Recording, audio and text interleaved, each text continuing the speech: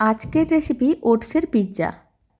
নমস্কার, আমি রুমি। আপনাদের সবাইকে আবারও একটা দারুণ স্বাদের রেসিপিতে স্বাগত।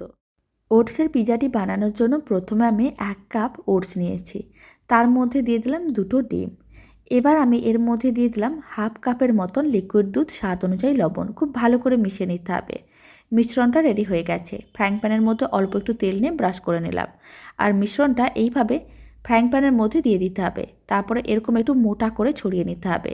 কিছুক্ষণ ঢাকনা বন্ধ করে একটা সাইড রান্না করে নিয়েছিলাম। এবার টমেটো কেচাপ আর একটু দিয়ে দিলাম নুডলসের মশলা, মিক্স হার্বস। তারপর কয়েকটা কুচনো টমেটো দিয়ে দিলাম আর দিয়ে দিলাম পেঁয়াজের কয়েকটা পাপড়ি। আর 2টো চিজ স্লাইস নিয়েছিলাম। চিজ স্লাইসগুলোকে এইভাবে একটু ভালো করে ছড়িয়ে দিলাম ছোটো ছোটো টুকরো করে। এবার সামান্য পরিমাণ লঙ্কার গুঁড়ো আর মিক্স হার্বস আবারও ছড়িয়ে দিলাম। তারপর ঢাকনা বন্ধ করে 5 মিনিটের মতন রান্না করে নিতে হবে।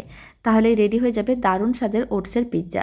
বাড়িতে বানিয়ে দেখতে পারেন, ছোটো থেকে বড় যে কেউ পছন্দ করবে।